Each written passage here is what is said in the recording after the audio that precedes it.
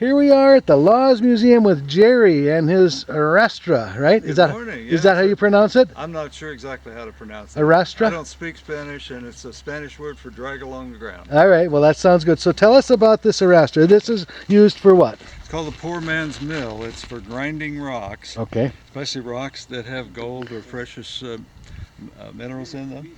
And if you're familiar with a stamp mill, how it pounds rocks into flour, why this does the same thing, only a lot slower and a lot cheaper. And a little more labor. A lot more labor. Okay, so Yeah. so in here you would have these white rocks would represent your ore that you're trying to grind. That's quartz, and gold is often found in association with quartz. Right.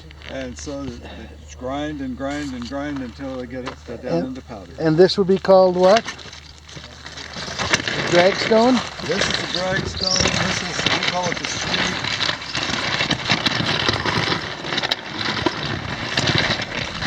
There are lots of different ways to power them. Probably not very many were powered like I'm doing. Right. But, So maybe use an animal? They used animals, Now, absolutely. I see you had a couple of stones over here. Can we go look at those? Sure. They also used water wheels. Okay. They even used engines. Okay. If they could get the gearing. Up. Sure, Yeah. sure.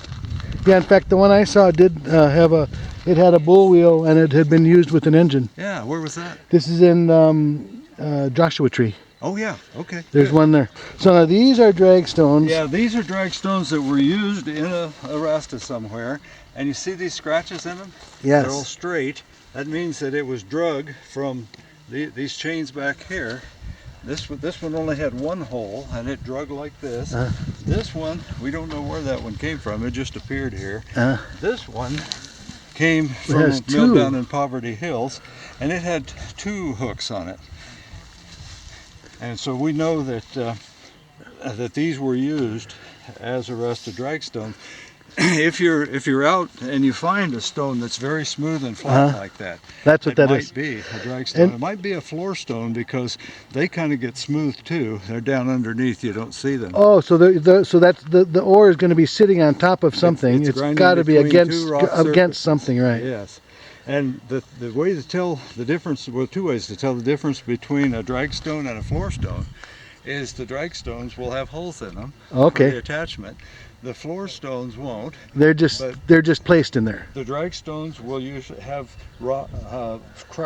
striding right. that are shown straight like this. The floor stones, the crack or the marks will be curved. Okay. Because that's the way they're being scratched. Sure.